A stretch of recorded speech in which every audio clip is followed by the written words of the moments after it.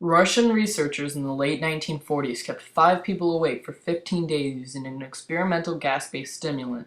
They were kept in a sealed environment to carefully monitor their oxygen intake so the gas didn't kill them, since it was toxic in high concentrations. This was before closed-circuit cameras, so they only had microphones and 5-inch thick glass porthole-sized windows into the chamber to monitor them.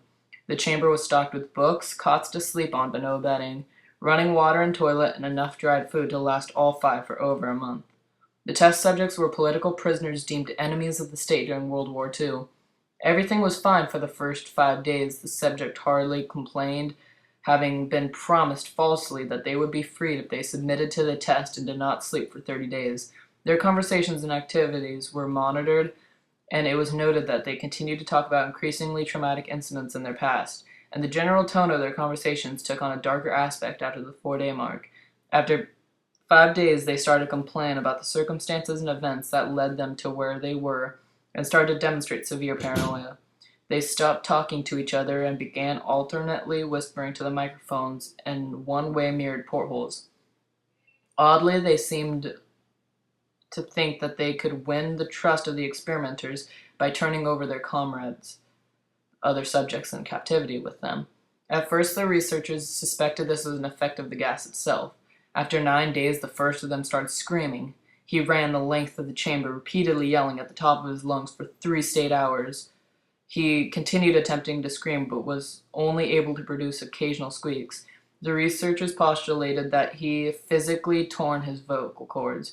The most surprising thing about this behavior is how the other captives reacted to it, or rather, didn't react to it.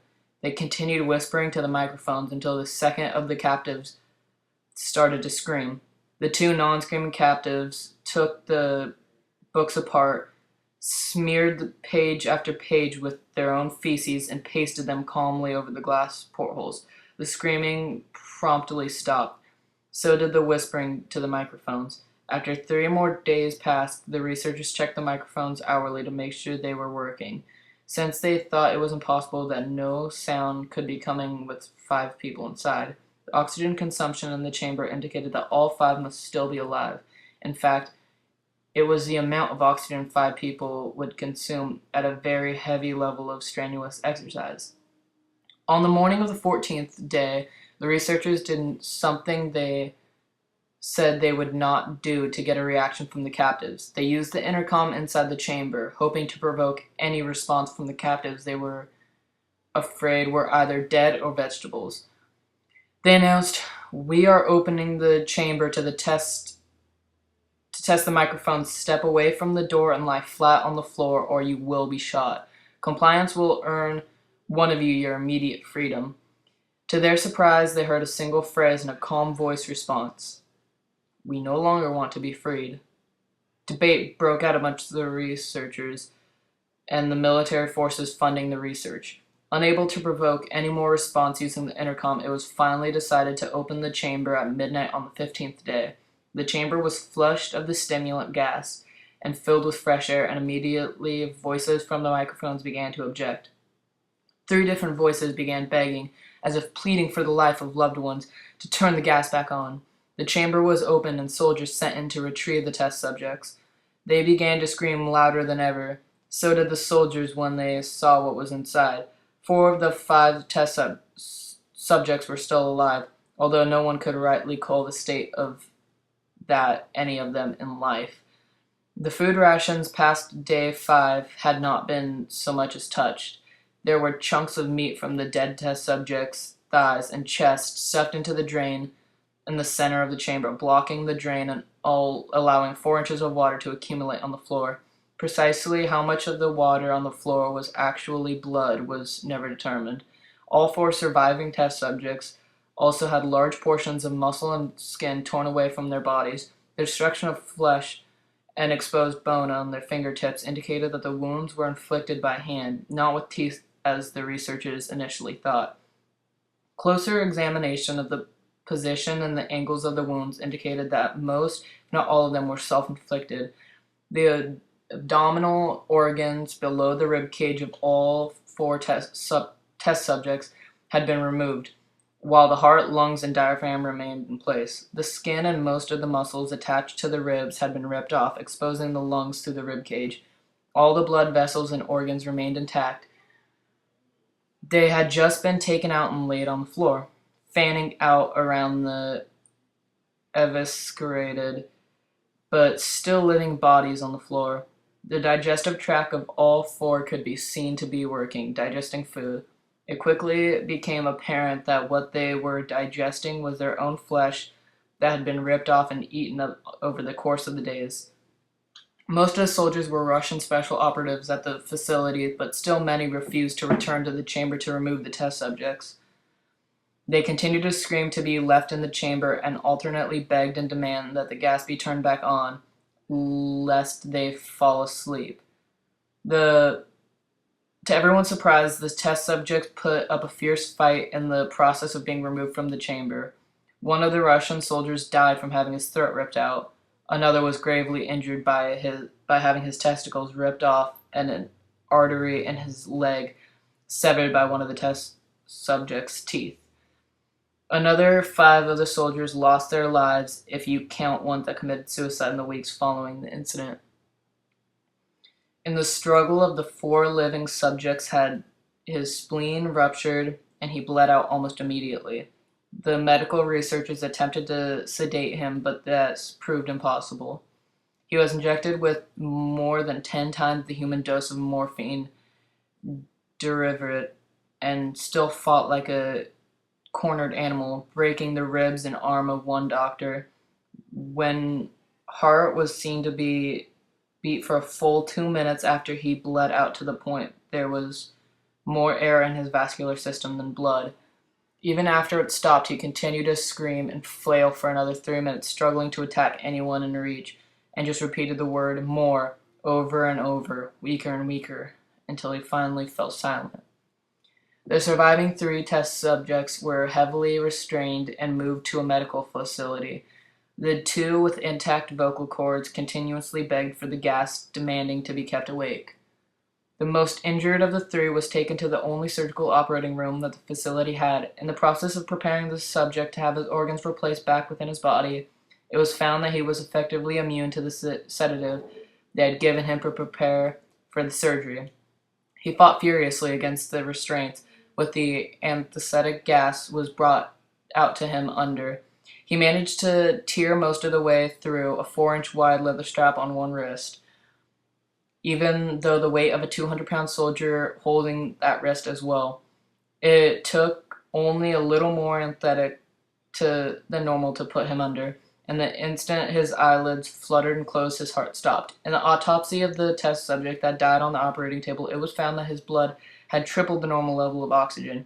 His muscles that were still attached to his skeleton were barely torn, and he had 9 broken bones in his struggle to not be subdued. Most of them were from the force his own muscles had exerted on him. The second survivor had been the first of the group of 5 to start screaming. His vocal cords destroyed, and he was unable to beg or object to surgery, and he was only reacted by shaking his head violently in disapproval when the anesthetic was given to him. He shook his head when someone suggested reluctantly that they try the surgery without anesthetic, and did not react for the entire 6-hour procedure of replacing his abdominal organs and attempting to cover them with what remained of his skin. The surgeon presiding stated repeatedly that it should be medically possible for the patient to still be alive. One terrified nurse assisting the surgery stated that she had seen the patient's mouth curl into a smile several times when his eyes met hers. When the surgery ended, the subject looked at the surgeon and began to wheeze loudly, attempting to talk while struggling. Assuming this must be something of drastic importance, surgeon had a pen and pad so the patient could write his message. It was simple: keep cutting. The other 2 test subjects were given the same surgery, but without anesthetic as well. Although they had been injected with a paralytic for the duration of the operation, the surgeon found it impossible to perform the operation while the patients laughed continuously. One paralyzed the subjects could only follow the attending researchers with their eyes. The paralytic cleared their system in an abnormally short period, and they were soon trying to escape their bonds. The moment they could speak, they were again asking for the stimulant gas. The researchers tried asking why they had injured themselves when they had ripped out their own guts and why they wanted to be given the gas again. One response was given: I must remain awake. All three subjects' restraints were reinforced, and they were placed back into the test subject chamber, awaiting determination as to what should be done with them. The researchers, facing the wrath of their military benefactors for having failed the stated goals of their project, considered euthanizing the surviving subjects. The commanding officer, an ex-KGB, instead saw potential and wanted to see what would happen if they were to be put back on the gas. The researchers strongly objected but were overruled. In preparation for being sealed in the chamber again, the subject connected to an EEG monitor and had their restraints padded for long-term confinement. To everyone's surprise, all three stopped struggling the moment it was let slip that they were going back on the gas. It was obvious that at this point, all three were putting up a great struggle to stay awake. One of the subjects that could speak was humming loudly and continuously. The mute subject was straining his leg against the leather bonds with all his might.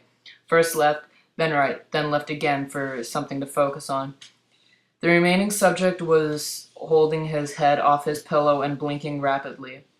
Having been the first to be wired for EEG, most of the researchers were monitoring his brain waves in surprise. They were normal most of the time, but sometimes flatlined inexplicably. It seemed as if he were repeatedly suffering brain death, but returning to normal. As they focused on paper scrolling out of the brainwave monitor, only one nurse saw his eyes slip shut at the moment his head hit the pillow. His brainwaves immediately changed that of a deep sleep, then flatlined for the last time as his heart simultaneously stopped. The only remaining subject that could speak started screaming to be sealed in now. His brainwaves showed the same flat lines as one who had just died from falling asleep. The commander gave the order to seal the chamber with both subjects inside, as well as three researchers. One of the named three immediately drew his gun and shot the commander point blank between the eyes, then returned to the gun on the mute subject and blew his brains out as well. He pointed the gun at the remaining subject, still restrained to the bed, as the remaining members of the medical and research team fled the room. I won't be locked in here with these things. Not with you. He screamed at the man strapped to the table. What are you? He demanded. I must know. The subject smiled. Have you forgotten so easily? The subject asked. We are you. That lurks within you all, begging to be free at every moment in your deepest animal mind. We are what you hide from in your beds at night. We are what you sedate into silence and paralyze when you go to the nocturnal haven where we cannot tread. The researcher paused, then aimed at the subject's heart and fired. The EEG flatlined as the subject weakly choked out, so nearly free.